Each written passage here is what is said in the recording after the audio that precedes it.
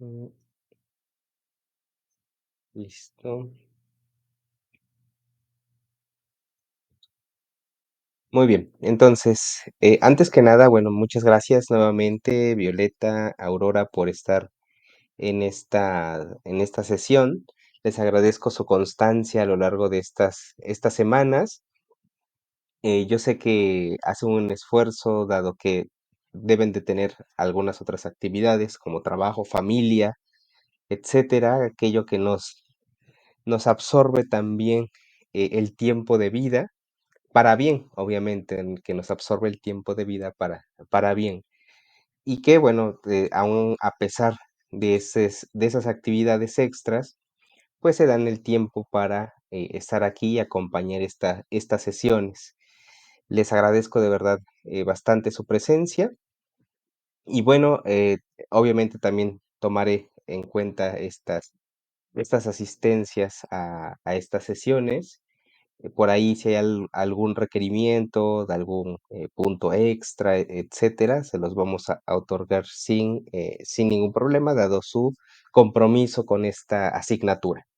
Muy bien, entonces, el día de hoy vamos a abordar el último tema o el último bloque correspondiente a este asunto sobre la naturaleza del ser humano. Y aquí vamos a dar un poco un giro en torno a los temas que hemos venido abordando, pero que no deja de tener relación con ellos. ¿Ok? Porque aquí vamos a hablar un poco más sobre esta, esto que llamamos la naturaleza del ser humano y que tiene que ver con cuestiones un poco más profundas sobre el sentido de la vida, que tiene que ver con cuestiones como la felicidad, el bien, el mal, la ética, la moral, cuestiones que atañen a la vida directamente en un sentido profundo y que no tiene que ver, por ejemplo, con esta cuestión del conocimiento que habíamos visto las clases o la clase pasada, en torno a cómo es que conocemos y percibimos el mundo y cómo nuestra mente, nuestra razón, nuestro intelecto nos ayuda a generar conceptos sobre lo que es la realidad y cómo es que habitamos en esa realidad, ¿no? Entonces, hoy tiene que ver un poco más con el sentido de vida profundo que le da una dirección y un porqué a nuestra existencia. ¿Ok?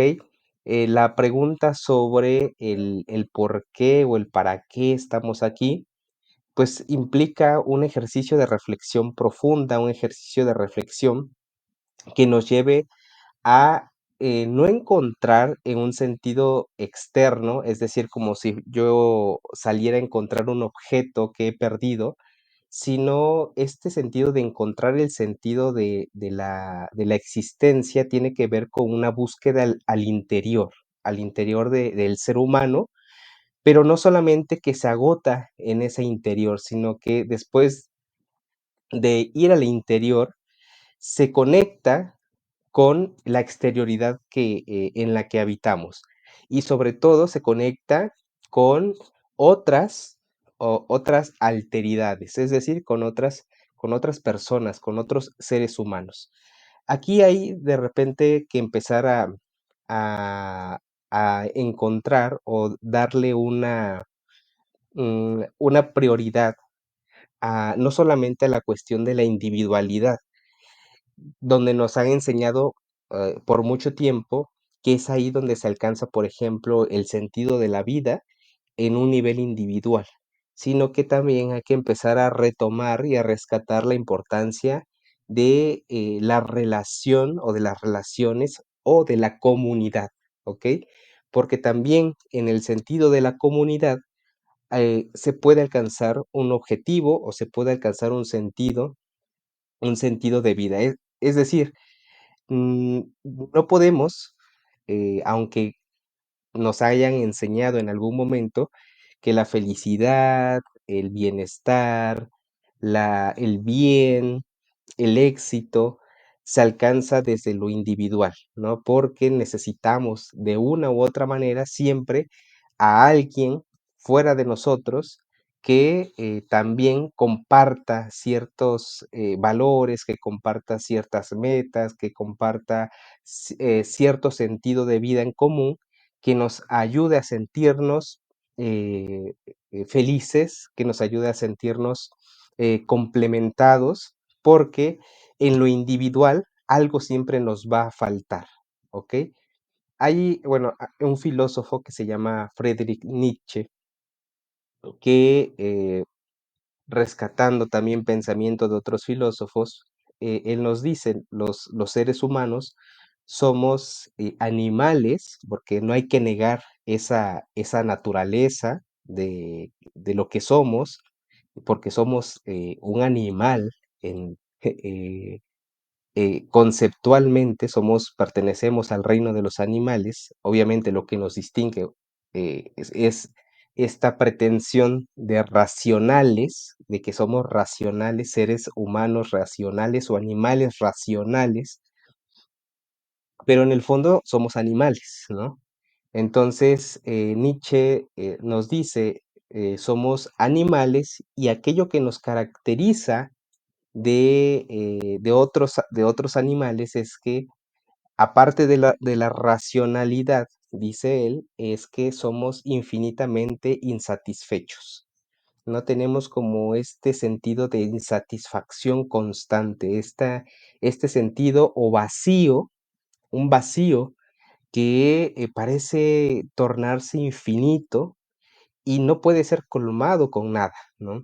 Entonces, ese deseo infinito o ese sentido de carencia, de que algo nos falta todo el tiempo, pues nos lleva a buscar cómo llenarlo, nos lleva a buscar cómo satisfacerlo.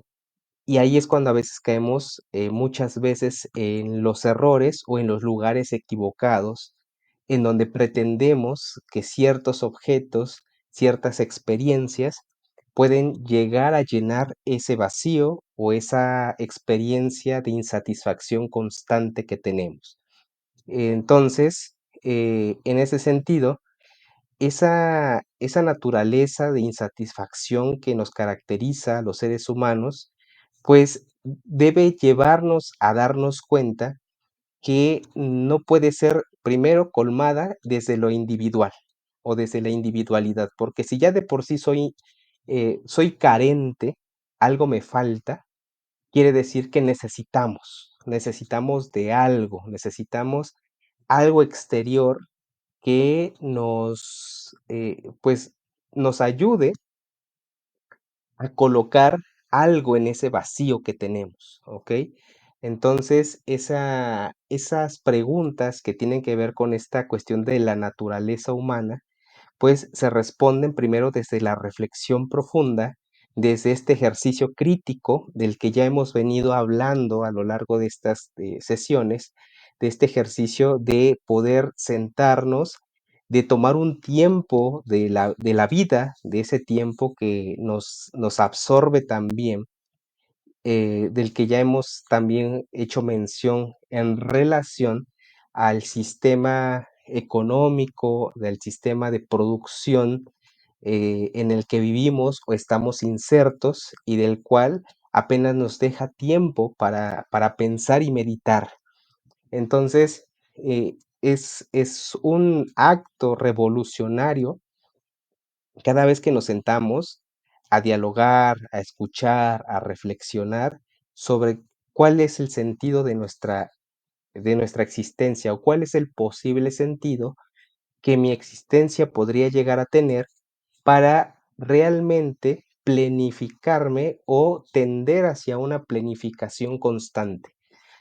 Aquí hay a veces un error también en el hecho de creer cuando hablamos de que hay que alcanzar la plenitud, porque alcanzar la plenitud o ser una persona plena, que a veces es una de las ideas que se nos vende por ahí en relación a la psicología o a la espiritualidad, que es esta idea de ser seres totalmente plenos, tiene que ver con una idea de estar acabados. Algo que es pleno es algo que ya no le cabe algo, es algo que ya está totalmente lleno. Algo que es pleno está en su límite, no tiene más espacio para algo más. Ahí se define la plenitud, algo que ya está completo, que ya está acabado. Ahora hay que preguntarnos, ¿realmente el ser humano está acabado o yo mismo, desde mi circunstancia de vida, desde mi edad en la que estoy habitando ahorita este mundo, ya soy alguien que está terminado, ya estoy acabado, ya estoy totalmente lleno? Obviamente no, tenemos pues esta naturaleza que se va desarrollando, que se va desarrollando con el tiempo, que se va desarrollando a través de experiencias y que va recogiendo esas experiencias que ha tenido a lo largo del tiempo para empezar a darle una dirección y un sentido al momento en el que estamos ahorita parados, ¿ok? Y esto tiene que ver con la actividad de la autobiografía, que es justamente un ejercicio de reflexión en el que vamos retomando experiencias de nuestra vida pasada y las vamos no solamente contando como si fueran datos, es decir, números. No, ustedes no dicen cuando escriben sobre su vida. No recuerdo hasta este momento si ya la hicieron, es que ya califiqué varias, pero en ninguna autobiografía de las que he calificado, nadie dice, me caí 5 veces en la primaria, me caí 8 veces en la secundaria, 9 veces, eh, mm, tuve un novio, tuve 2 novios, tuve 3 novios. No hay un conteo, es decir, nuestras experiencias de vida no son solamente datos que pueden cuantificarse o que pueden llenar una estadística y arrojar un número y arrojar una gráfica medible, sino que cada vez que cuentan las experiencias de su vida, la cuentan desde un sentido. Y esto tiene que ver, por ejemplo, cuando cuentan o cuando narran o relatan experiencias que me han tocado, bueno, todos las vivimos en algún momento, por ejemplo, experiencias de bullying en las escuelas, ¿no? Y esto es muy constante, ¿no? El bullying que hemos recibido a lo largo del tiempo y sobre todo en nuestra etapa de estudiantes, primaria, secundaria, sobre todo, preparatoria, algunos que me han contado que ya estuvieron en prepa antes y después retomaron, pero hasta secundaria al menos, muchos relatan y asocian estas experiencias de bullying con la cuestión del mal, por ejemplo, ¿no? La maldad, viví la maldad cuando una vez unos compañeros de la escuela me aventaron del otro lado de la barda, ¿no? Por ejemplo. Entonces, cada experiencia que tenemos recoge o se recoge más bien desde un sentido. Y toda nuestra vida como tal es una narración propia.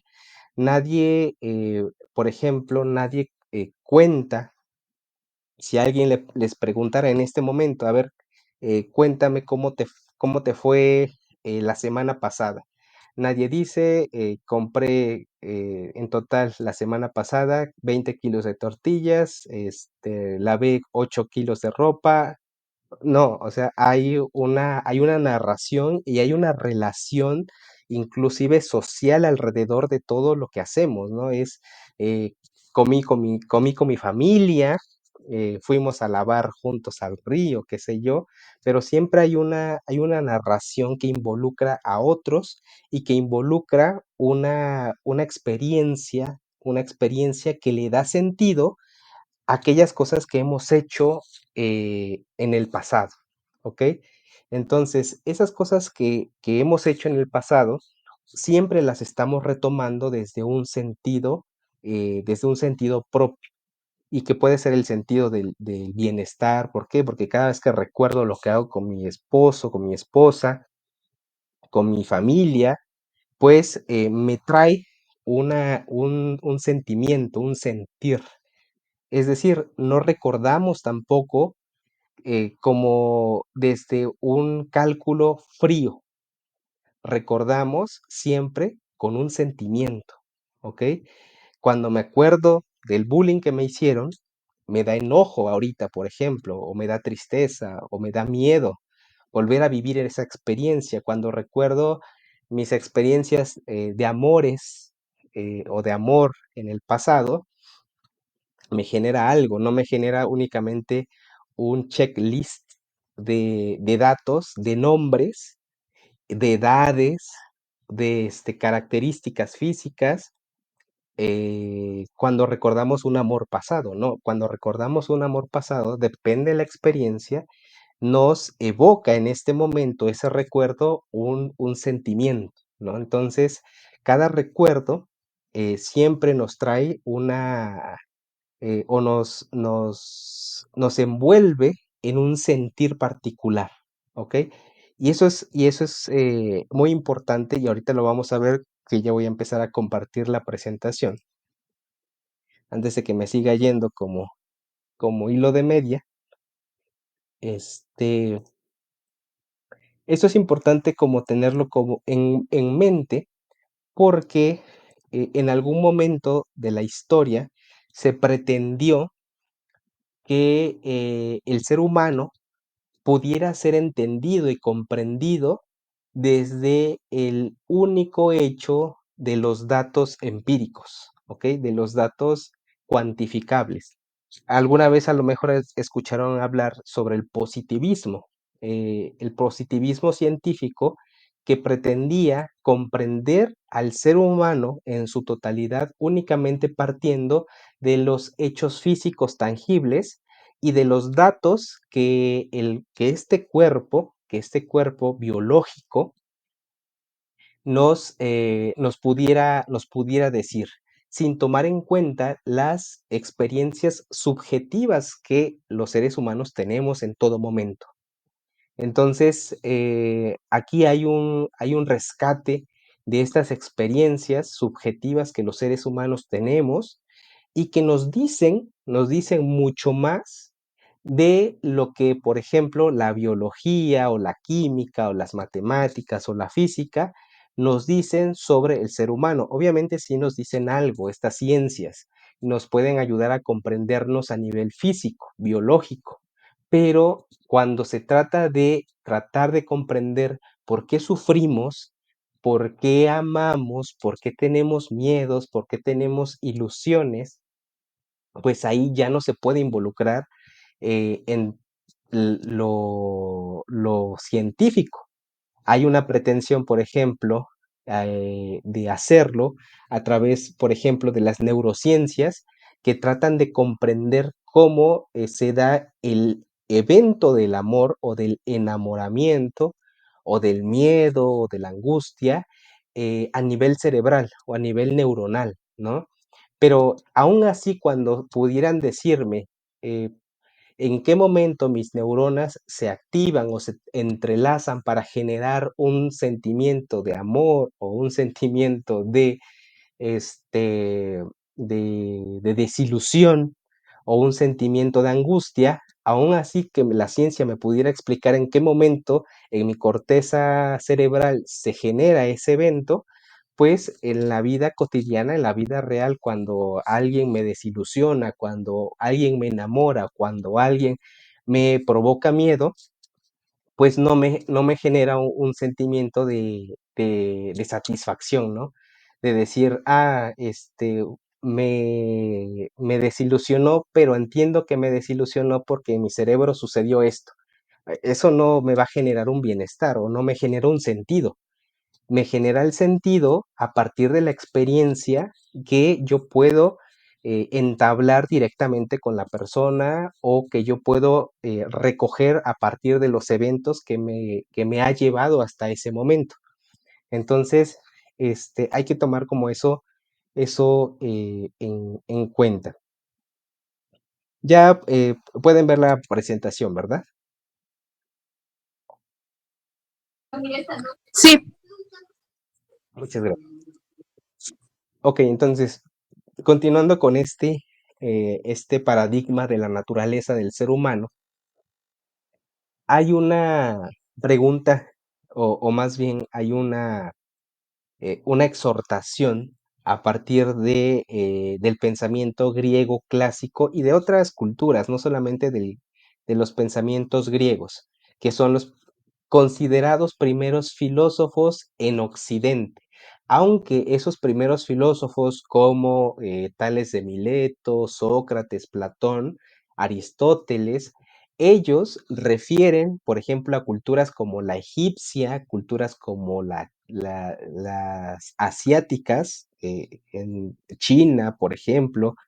Estos filósofos griegos refieren a esas culturas como los primeros pensadores, aunque en Occidente nosotros consideramos a los griegos, es curioso que los griegos consideraban a otros anteriores a ellos, es decir, el mundo o el conocimiento o el pensamiento no surge en Occidente, en este lado de nuestro mundo, sino que nace sobre todo en culturas milenarias mucho antes que los griegos, pero se toma de referencia hoy en día a los griegos, aunque hay que tener en cuenta que hay anteriores a ellos.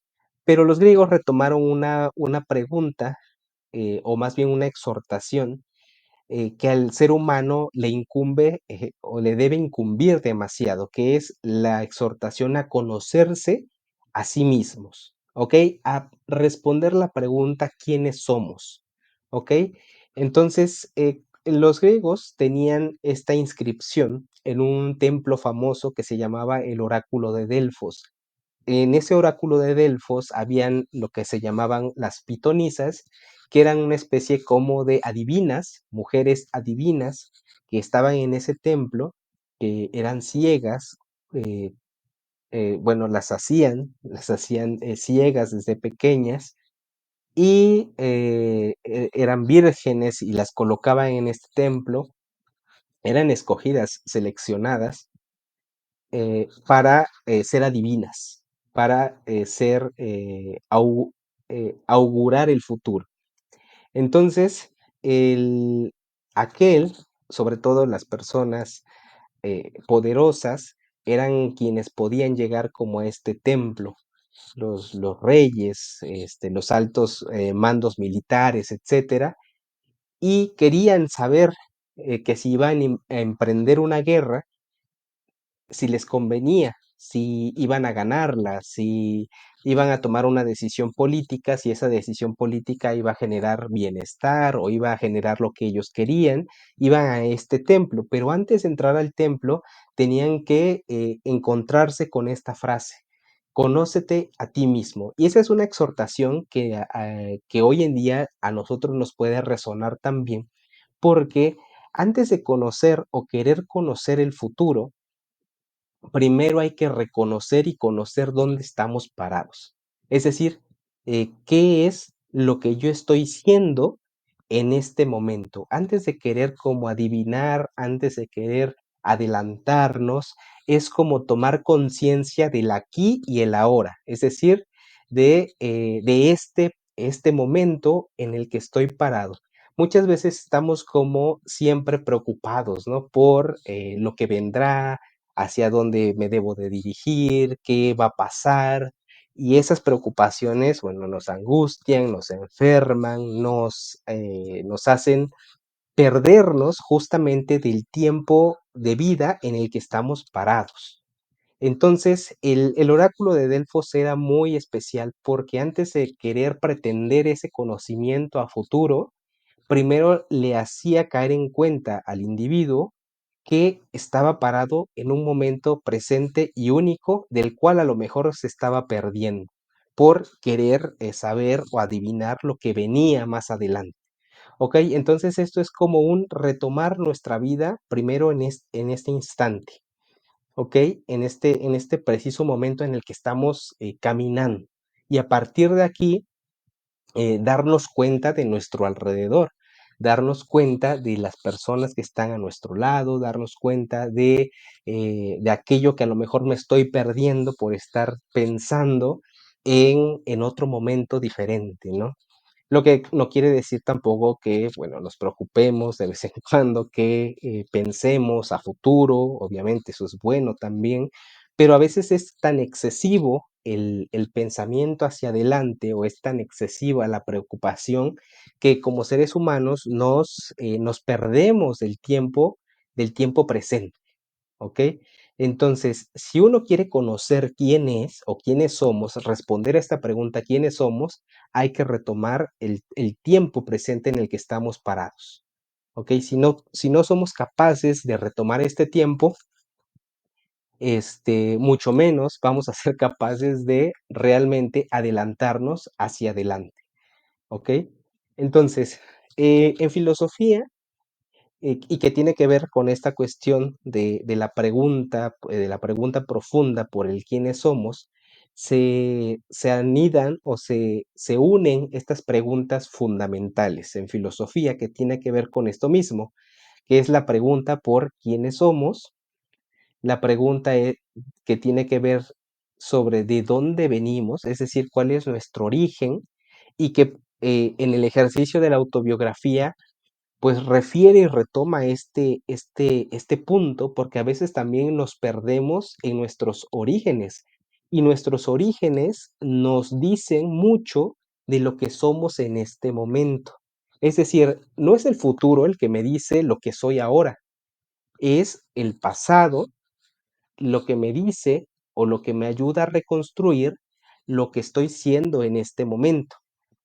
Por eso la autobiografía es muchos filósofos, sobre todo un filósofo por ahí llamado Dilthey retomaba la importancia de la autobiografía porque él sabía y reconocía que cuando uno escribe o narra su vida, le encuentra en esa narración que retoma las acciones y las experiencias del pasado, reconstruyen lo que estamos siendo en este momento.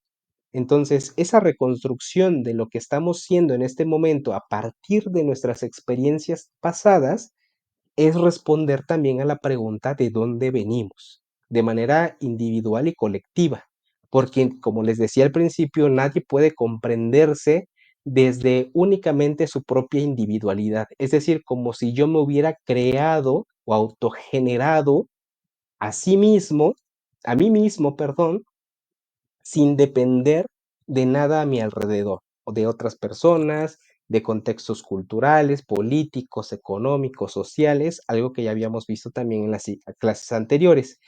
Y esa, por ejemplo, esa pretensión que a veces los seres humanos tenemos de creer que hemos sido nosotros quienes nos hemos creado en nuestra totalidad, es, por ejemplo, parte de lo que conocemos religiosamente o se le conoce de manera religiosa como el pecado original, porque justamente el pecado original remonta o se remonta a la violación de aquello que la serpiente, eh, a- abocándome al relato bíblico del Génesis, aquello que la serpiente le pone en el corazón al ser humano, que es la idea o la pretensión de ser como dioses.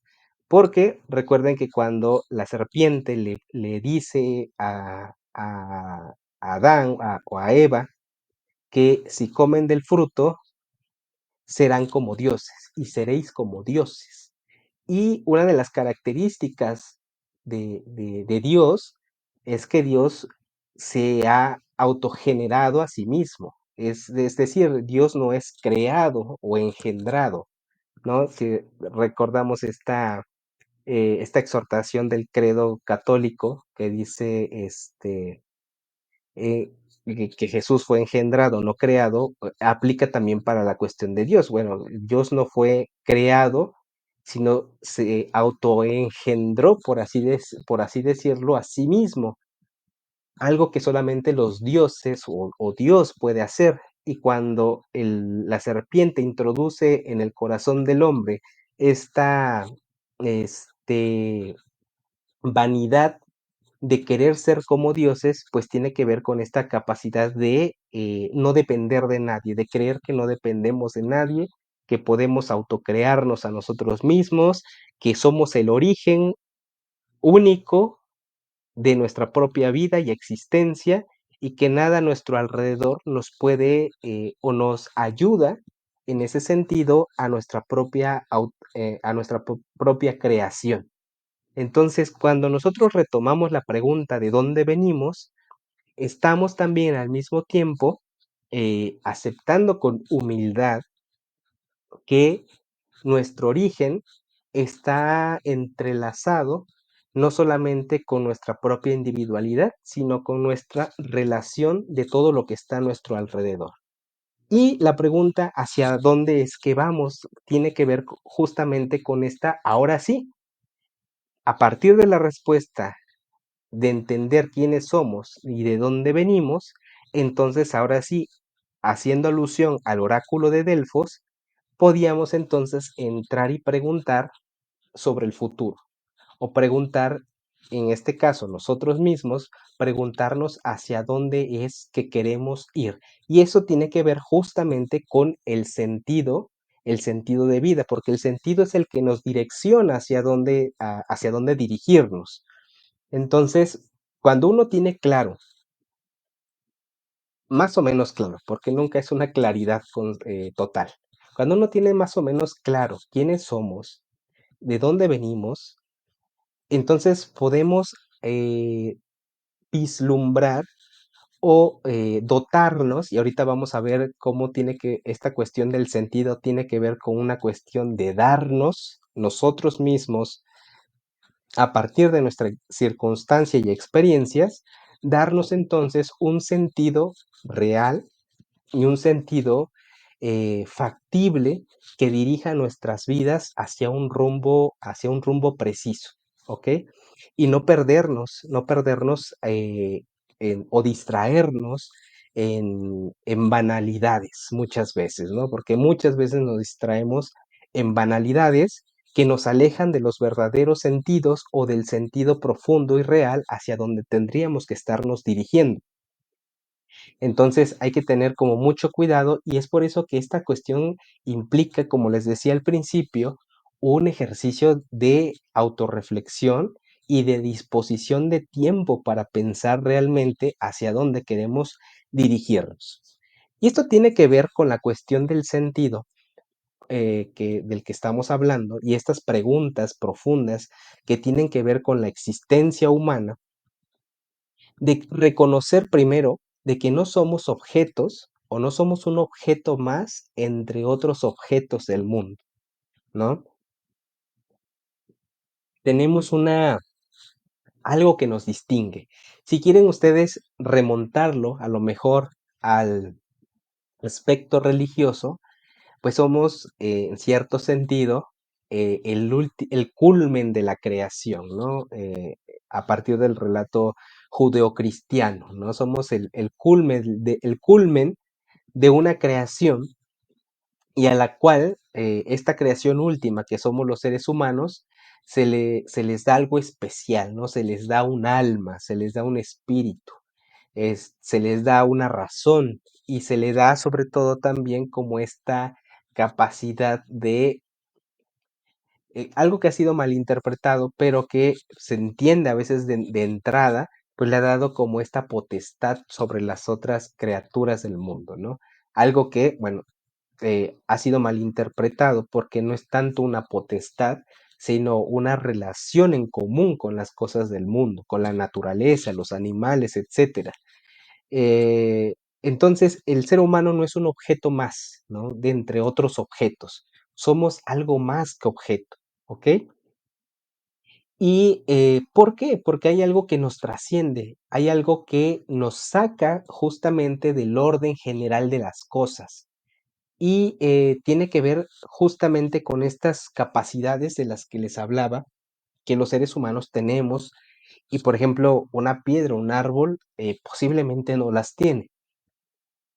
Y que tiene que ver con estas cuestiones que tenemos sobre la capacidad de imaginar, la capacidad de amar, sentir, etcétera, ¿no? No somos solo un cuerpo biológico, con funcionalidad mecánica medible, algo que ya les dije hace un momento, ¿no? No somos algo más que pura biología, algo más que pura anatomía, algo más que pura física o química. Tenemos algo en la profundidad, en el corazón, y que son metáforas. Y esto es algo importante que hay que entender. El ser humano, sobre todo, se entiende y se comprende a partir de metáforas, porque, por ejemplo, cuando hablamos del corazón, decir, me duele el corazón cuando alguien me traiciona, o se me inflama el corazón cuando me siento amado, o cuando amo a alguien, pues no estamos hablando de que el órgano, eh,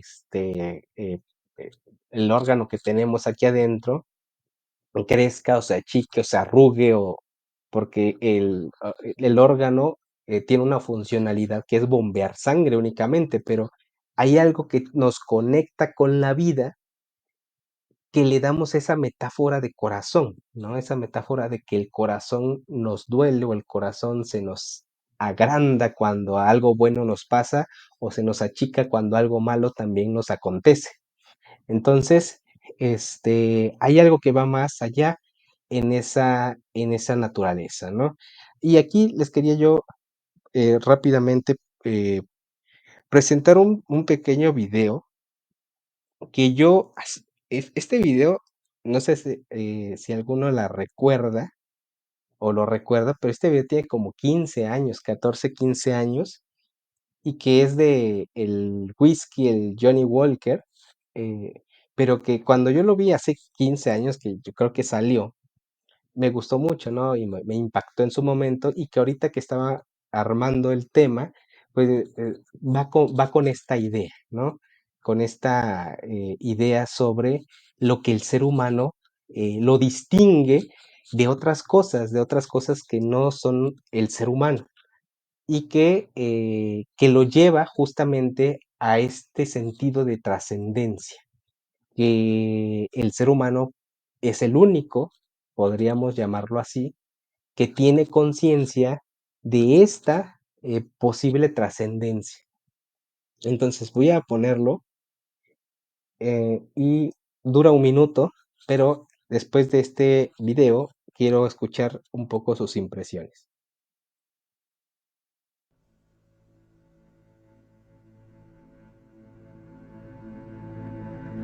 Soy más veloz que tú. Soy más fuerte que tú. Y ciertamente viviré mucho más tiempo que tú. Si piensas que soy el futuro, estás equivocado. Lo eres tú. Si tuviera un deseo, desearía ser humano. Para saber cómo se siente sentir, desear, desesperar, asombrarse, amar. Yo puedo alcanzar la inmortalidad si no dejo de funcionar. Tú puedes alcanzarla simplemente haciendo algo grandioso.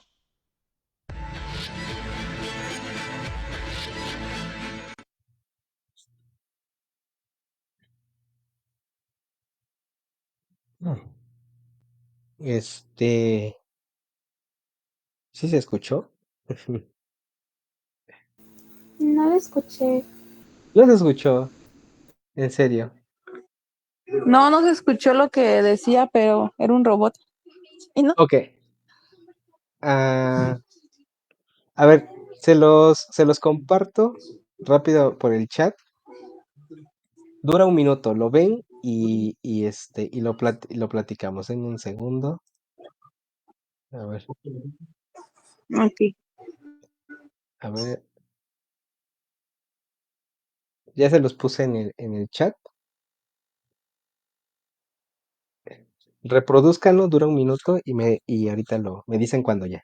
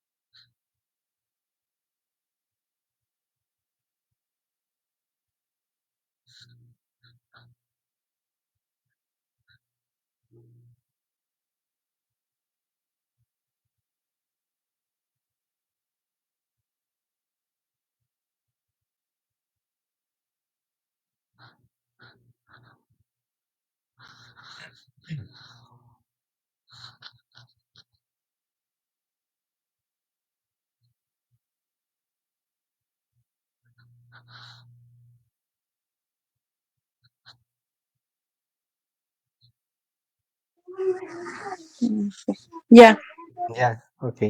Violeta, no me pregunté. Ya, ok. Muy bien. A ver, Aurora y luego Violeta. Aurora, ¿qué te hace sentido con esto que hemos venido platicando, lo que dice el robot? Ujú. ¿Y por ¿Perdón? qué? No le entendí. Sí, que si te hace un sentido o te hace, sí, te hace sentido esto que el robot está diciendo en relación a la cuestión sobre el sentido de la vida del ser humano.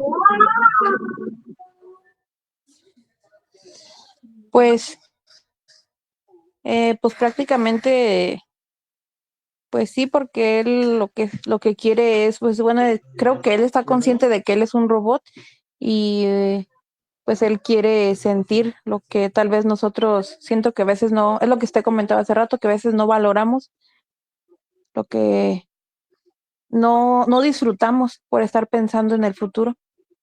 Y el robot quiere sentir y hacer, entonces dice que nosotros podemos ser inmortales, depende de lo que hagamos o podemos trascender, y él no, él simplemente va a dejar de funcionar y ya se acabó ahí lo que él era, ¿no? Pero que más o menos entendí. Sí, muy bien. Violeta, con esto último que también nos decía Aurora, que es esta parte de que decía el robot, yo puedo alcanzar la inmortalidad con, si no dejo de funcionar, pero tú lo puedes, o ustedes los seres humanos la pueden alcanzar haciendo algo, algo increíble, ¿no? ¿Qué relación tiene o tendría o tú ves con el sentido de la búsqueda de un sentido en el ser humano y con esta cuestión de la búsqueda de la trascendencia? Este, ¿Cuál sería como tu opinión en relación a esto? pues de lo que yo vi del video, básicamente siempre escuchamos en la tele que la tecnología va a ser el nuevo mundo, pero el nuevo mundo seríamos nosotros, mediante nuestra inteligencia y nuestras metas que tenemos. Y no siempre hay que estar apegada a la tecnología porque eso también nos puede afectar a mal, pero el robot siento que tiene razón porque nosotros sentimos emociones, amamos y así, pero ellos tienen un propósito en sí, creados un, por su creador. Ellos tienen su propia meta, digámoslo así, la cual seguir, pero nosotros tenemos la capacidad de vivir una vida, pero ellos no. Ellos serían como que inmortales ya que los reparan si se echan a perder o algo así. Muy bien, excelente. Gracias, Violeta. Y de hecho tocas, bueno, hay un punto muy, muy importante que es la cuestión de la libertad, ¿no? Porque el robot, como bien dices, tiene una finalidad programada, ¿no? Es decir, ya está programado para algo y muy difícilmente puede hacer algo diferente para lo que está programado.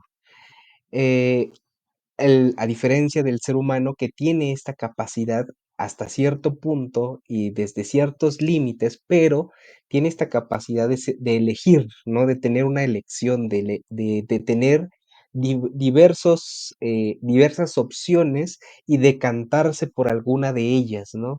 Y obviamente, y asumir las consecuencias también de esas elecciones que tenemos en nuestras vidas muy diferente al robot que está programado, ¿no?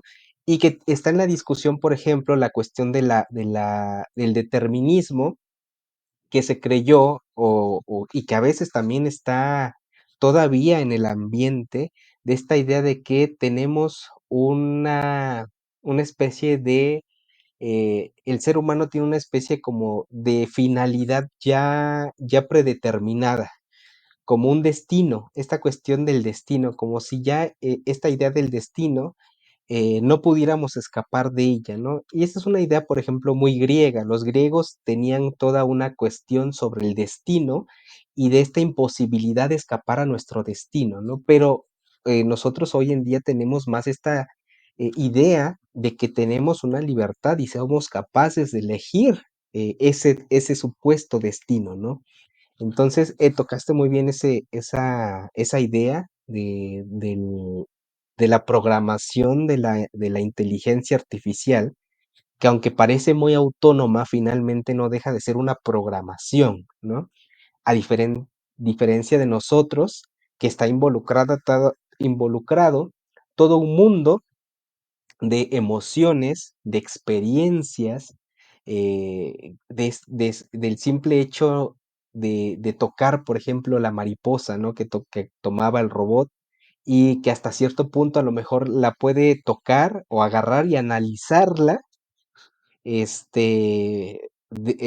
desmembrarla en diferentes partes para poder estudiarla, pero a diferencia del ser humano que puede acariciarla, ¿no? Cuando tú tomas algo, no solamente lo tomas, a veces también lo acaricias, ¿no? Y la caricia es una experiencia profunda que no puede ser interpretada únicamente como un dato, ¿no? Yo cuando toco a mi pareja, a mi esposa o a mi hijo, no solamente toco un objeto, ¿no? No toco algo más de la casa.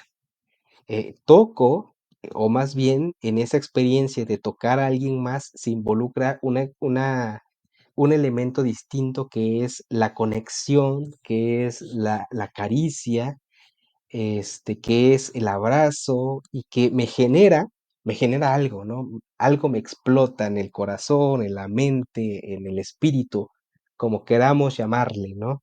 Entonces, esta búsqueda constante de lo que los seres humanos somos, hacia dónde nos dirigimos, pues tiene que ver con todo esto, ¿no? No es algo tan sencillo, pero de lo que requiere, sí es esta capacidad de reflexión profunda y que la filosofía hasta cierto punto nos puede ayudar a dirigirnos y encontrar estas direcciones. Ya vamos a ir cerrando. eh, Aquí, por ejemplo, ¿qué es eso que nos trasciende? ¿Qué es aquello que nos hace trascender? Bueno, pues es nuestra capacidad de pensar, justamente lo que decía el robot, nuestra capacidad de sentir, nuestra capacidad de angustiarnos, de amar, pero sobre todo esta capacidad de dotar de sentido la existencia, ¿no? El robot justamente no puede dotarse de un sentido a sí mismo. Ese sentido o ese para qué ya está programado y tiene que ver más con una funcionalidad pragmática, ¿no? A diferencia del ser humano que tiene que ver más con una cuestión de la existencia, de cómo es que existimos, ¿ok? Aquí me iba yo a tocar un poco la cuestión sobre la muerte a propósito de las fechas que pasaron y cómo es que la muerte hasta cierto punto, que es algo que nos da miedo, algo que no nos gusta hablar de ella o de ello, eh, esa experiencia que es la muerte nos puede ayudar a conectarnos con un sentido, con el sentido de nuestra existencia. Decía Martin Heidegger, un filósofo, eh, es muy especial, porque vamos a morir es que hay posibilidad de sentido y trascendencia. Es decir, si fuéramos inmortales, pues nada tendría sentido en el hecho de que podemos volver a repetir cada vez que quisiéramos todas las experiencias del mundo. Pero como tenemos un corto tiempo limitado de tiempo de vida y de posibilidad de experiencias, es que entonces, y por lo tanto, podemos darle sentido a esta corta vida que tenemos. Para Heidegger, que es este filósofo que está aquí, él decía que somos seres para la muerte, pero no está diciendo algo que no sepamos. Más bien lo que Heidegger nos invita es que tomemos conciencia de que somos animales, seres humanos, que nuestra condición más particular es que vamos a morir. Es decir, Heidegger nos dice, toma en cuenta y ten conciencia todo el tiempo que lo que hagas o dejes de hacer va a repercutir en tu sentido de vida, dado que vas a morir posiblemente mañana o en unas horas o puede ser hoy o puede ser más adelante, pero si tienes conciencia de que la muerte está a punto de llegarnos, entonces tomas una actitud de tomar la vida como con más seriedad, con más importancia y dejar de tenerle como este temor y este miedo, sino más bien abrazar esa condición de que somos finitos, de que no somos dioses, que vamos a vivir para siempre y que esa condición de mortalidad es la condición también que nos puede ayudar a darle un sentido profundo, verdadero y más auténtico a nuestra vida. ¿Ok? Entonces, Heidegger decía, saber que vamos a morir, bueno, nos angustia, pero esa angustia en cierto sentido es buena, porque nos puede poner en contacto con lo que verdaderamente importa, ¿ok? Decía él, esa angustia por la nada, es decir, por la muerte, o por saber que estamos más cerca de ella, a su vez nos da la posibilidad de conectarnos con la vida de una forma más auténtica. ¿Ok? Dejar de hacer de repente más lo que nos dicen que hagamos y entonces empezar a escucharnos para hacer aquello que creemos nos puede dar la felicidad, aquello que nos puede realmente dar un sentido real y profundo a la existencia, ¿ok?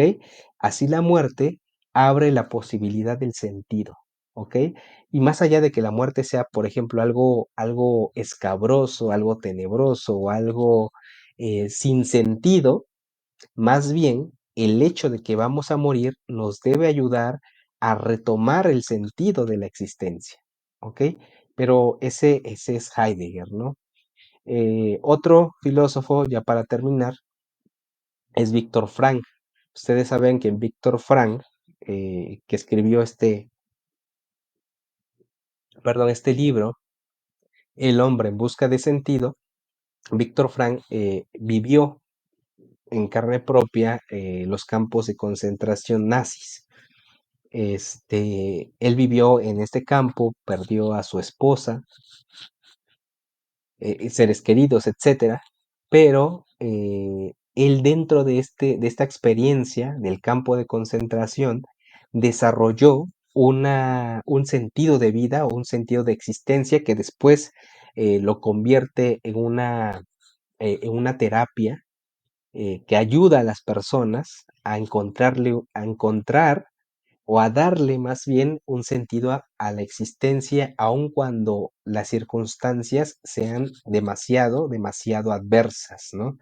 Él en alguna parte de su libro decía lo que querían los nazis era arrancarnos a los que estábamos ahí en los campos de concentración, arrancarnos el sentido de la vida o el sentido de la existencia, eh, privarnos de todo sentido. Y la resistencia que Víctor Frank opone a esa violencia que le fue ejercida fue decirse a sí mismo, no importa lo que me hagan o no importa lo que estoy pasando, no me van a obligar a que yo deje de tenerle un sentido a la vida. Y así estuviera en un compartimento demasiado pequeño, hacinado junto a otras personas, decía Víctor Frank, aún en ese espacio tan pequeñito, yo puedo decidir de qué lado recostarme, ¿no? O de qué lado, hacia qué lado voltearme. Es decir, yo aún tengo un margen de libertad aún a pesar de ser prisionero, ¿no? Entonces, él en esa adversidad, pues busca este sentido o de darse un sentido aún en esa circunstancia, ¿no? Entonces después él genera toda una terapia que se le llamará la logoterapia, que le ayuda a las personas y hoy en día opera como no ciencia, pero como un método de curar la mente, la psique, como lo hace el psicoanálisis, por ejemplo, y este método se llama la logoterapia, y hay logoterapeutas, etcétera, todavía hoy en día. Entonces, el ser humano, decía Víctor Frank, no ha venido a encontrar un sentido previo fuera de él, sino a darse ese sentido, ¿no? Es decir, el ser humano, se construye su propio sentido y desde ahí parte todos los días hacia la existencia. A veces tenemos como esta idea de, tengo que encontrar mi sentido, pero como si algo me lo viniera a dar. La idea de Víctor Frank es más bien que ese sentido se encuentra cuando tú mismo te lo das para seguir adelante, ¿ok? Entonces, por último, ya para responder como la pregunta, ¿quiénes somos?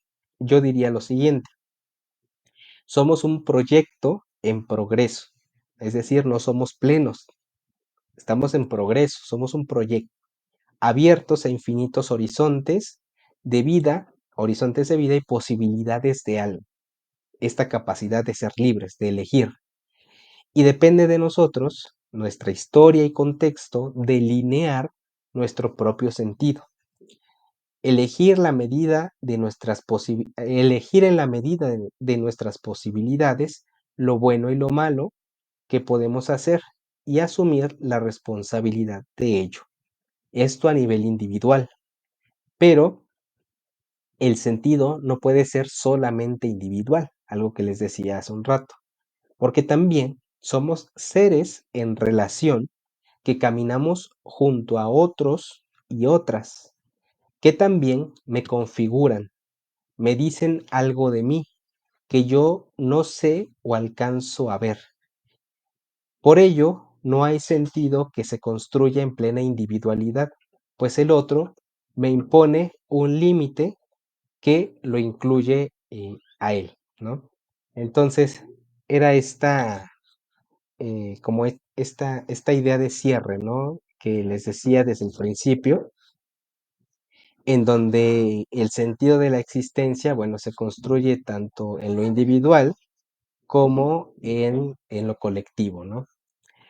Y a partir de aquí, bueno, retomar cada quien sus propias ideas en torno a esta cuestión sobre la naturaleza del ser humano, hacia dónde venimos, eh, responderse estas preguntas, quiénes somos, de dónde venimos, hacia dónde vamos, ¿no? Caer en cuenta de que no somos objetos, sino que hay algo que nos trasciende, que la muerte nos puede poner en búsqueda justamente de un sentido de vida propio, hacer algo de manera auténtica, darnos ese sentido, construirnos desde la idea de que no somos seres que se van a acabar en un sentido de plenitud, pero que estamos en búsqueda una búsqueda constante y que, bueno, nos construimos desde lo individual, sino que hay que también tomar en cuenta lo colectivo, ¿ok? Queda de más, y ya para cerrar, queda de más un poco decirles sobre la actividad de la autobiografía, porque es esto justamente, ¿no? Describirse, relatarse a través de las experiencias más significativas que les ha ocurrido, les ha transcurrido desde que ustedes tienen memoria, ¿no? Ustedes no me van a contar toda la historia de su vida, ustedes van a elegir acontecimientos y experiencias que les hayan significado realmente y que tengan que ver con estas cuatro ideas: la bondad, la maldad, la felicidad, la infelicidad y el sentido de la vida, al final, ¿no? ¿Cuál es el sentido de la vida que ustedes recogen a partir de esas experiencias que ustedes van a relatar? Y que tendría que ser todo en relación a la autobiografía y de lo que ya hemos ahorita hablado. Entonces, pues de mi parte sería todo. No sé si tienen alguna duda, alguna pregunta, algún comentario final. Este, con gusto las escucho. Mm,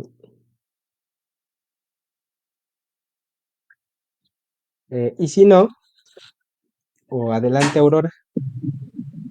No, no más, pues todo está bien. Por el momento creo. Muy bien.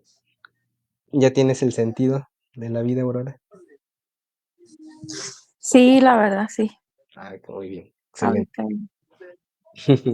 Al final, ese se ve así porque podemos poner lo que en la autobiografía, eh, lo que actualmente estamos, o sea, como dice usted, vamos a relatar o vamos a narrar, vamos a escoger lo más lo que más nos ha marcado o lo que queremos, ¿no? Poner. Y al final ya nada más la experiencia o poner para nosotros qué es el sentido de la vida. Exactamente a partir de esas experiencias que han relatado y que en este momento ustedes entienden por el sentido de la vida y que es algo que a lo mejor en el futuro vaya a cambiar, pero en ese momento, ¿no? Con lo que han vivido, ¿cuál es el sentido de la vida para ustedes? Ujú. Ajá, sí, muy bien, Y es maestro. solo tomar en cuenta que sean más de una cuartilla y media o Ah, sí, cierto. dos cuartillas, Sí, es que para, para respetar como el tamaño que nos pide la rúbrica, eh, vigilar las faltas de ortografía, etcétera, pero por lo demás, relatar y escribir el sentido. Ujú. Muy bien, muchas gracias, Aurora. Violeta, algo más, algo final. te quedó cuartillo. No, tengo todo claro. Muy bien, excelente. Muchas gracias a las dos por, por estar aquí en estas sesiones. Como les dije, tengo por ahí una, si se necesita un poquito subir la calificación, etcétera, se toma en cuenta estas sesiones a las que han asistido. Y pues de mi parte, muchas gracias, les agradezco y ojalá en algún otro momento nos podamos nuevamente encontrar. De todos modos, seguimos abiertos en la conversación por WhatsApp, plataforma, correo, por si hay alguna duda o cuestión. Sí, maestro, muchísimas gracias. A ustedes, que Muchas descansen. gracias.